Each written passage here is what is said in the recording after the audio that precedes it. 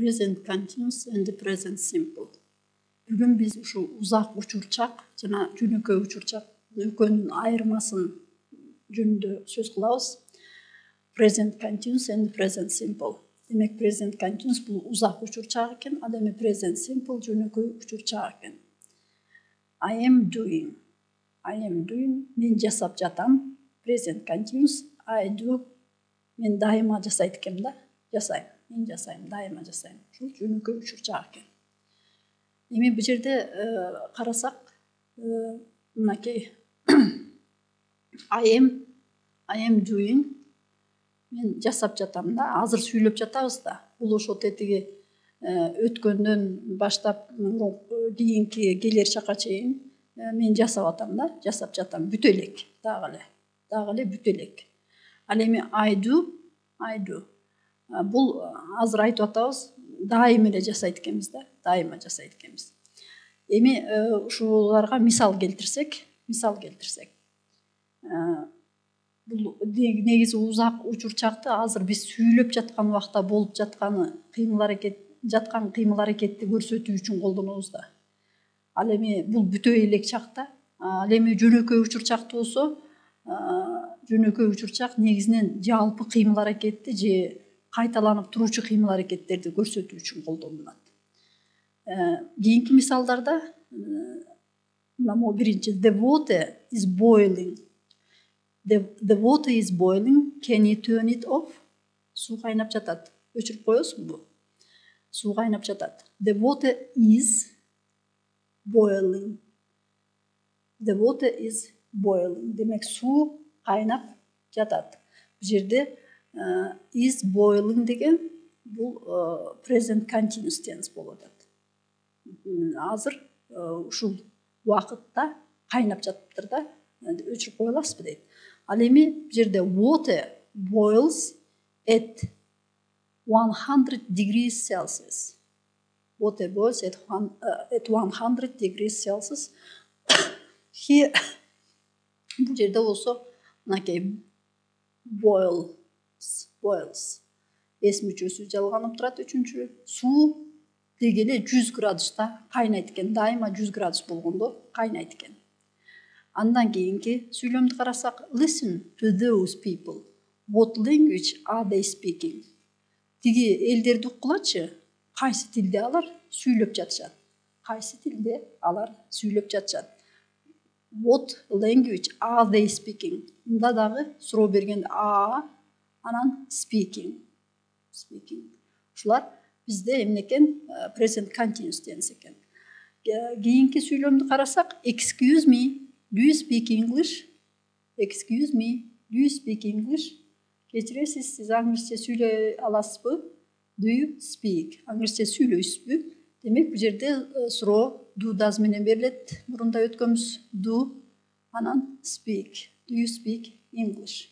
Бул дайыма ушинтип сурайт экенбиз да. Кийинки сүйлөмдү дагы карап көрсөк, бул мындай экен. Ушул present continuous tense жосо узак учурчак бир убактылуу бир нерсе болуп жаткандыгындагы ушул чак менен түшүндүрөт экенбиз. Мисалы үчүн I am living with some friends until I find a flat. Демек мен бир нече досторум менен жашап атам убактылуу квартираны тапканча да. Бул жерде I am living. To be анан living. I am living with some friends until I find a flat. Убактылуу. Ал эми дайыма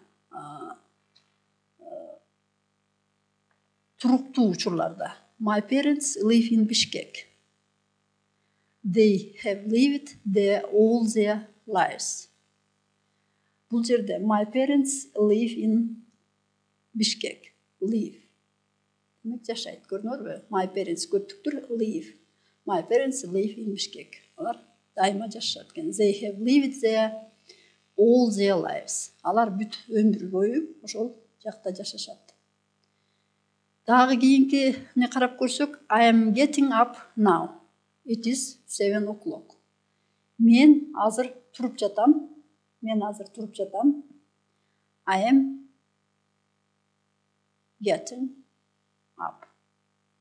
Now it is 7 o'clock. Bunda olsa I always get up. Men daima early. I always get up early. Men daima erте турам. Мына бұл жерде ушул айырмасын көрдүк. Эми кийинки дагы сүрөттөрдү карасак, мынакей бұл жерде he works in an office every day. Бұл present simple. Демек күндө кайталанат, күндө иштейт экен да. He works in an office every day. He is playing football now. Азыр болсо ал футбол ойноп атат. Дегеле ал иштейт экен. Ал эми азыр болсо футбол ойноп жатат. He is playing football now. Дагы ушул жерде айта кетчү нерсе, мисалы үчүн мен азыр бир кызыктуу китеп окуп жатам десек дагы ушул эки чак менен айтсак болот да. Мисалы үчүн I am reading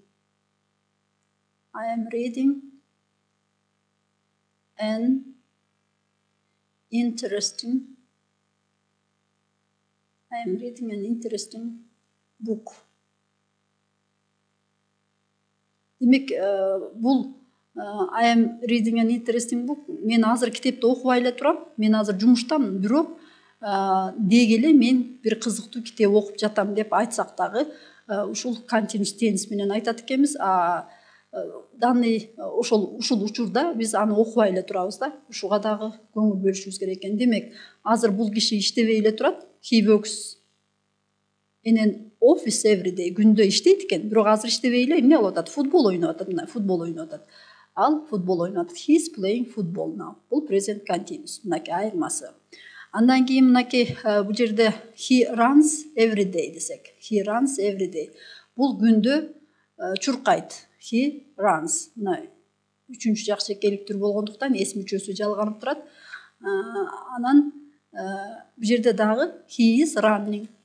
Ал дайыма чуркайт, жол болсо азыр чуркап баратат десек, he is running now. He is running now. Мына экөөнүн айырмасы. Кийинки бул этиштерге көңүл бөлүшүбүз керек. Бул этиштер дайыма present simple'да колдонулат да. Present simple'да колдонулат булар. Себеби I like, I love, I hate, we want, they need деп айтабыз да. Эч убакта биз мисалы үчүн мынтип айтпайт экенбиз да. Мисалы үчүн мындай деп айтып койсок, dogs don't like cats деп айтабыз да. Dogs don't like cats. Мына жазалык. Dogs don't like cats. Мында дегеле иттер мышыктар жаман көрөт. Don't like. Демек like'ты алдык. Көрдүңөрбү?